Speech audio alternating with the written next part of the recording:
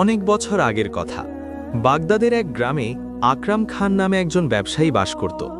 আকরাম খানের প্রথম স্ত্রী মারা গিয়েছিল, রেখে গিয়েছিল 2 মাসুম মেয়েকে। পরিস্থিতির চাপে আকরাম খান দ্বিতীয় বিয়ে করতে বাধ্য হয় এবং তার 2 মেয়েকে সৎমায়ের কাছে রেখে ব্যবসার কাজে শহরে চলে যায়। আজ 3 বছর পর আকরাম খান গ্রামে ফিরছে। ঘরে সৎমা 2 মেয়েকে সামনে ডাকল এবং কড়া গলায় বলল, শোন, তোমরা দুজনেই কান খুলে আমার কথা শুনে রাখো।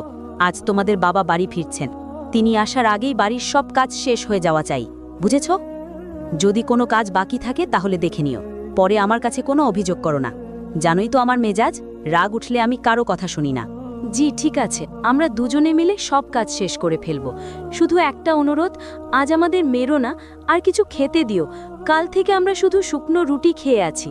আজ সন্ধ্যায় খাবার পাবি, কিন্তু মনে রাখবি এসব কথা তোর বাবাকে একদম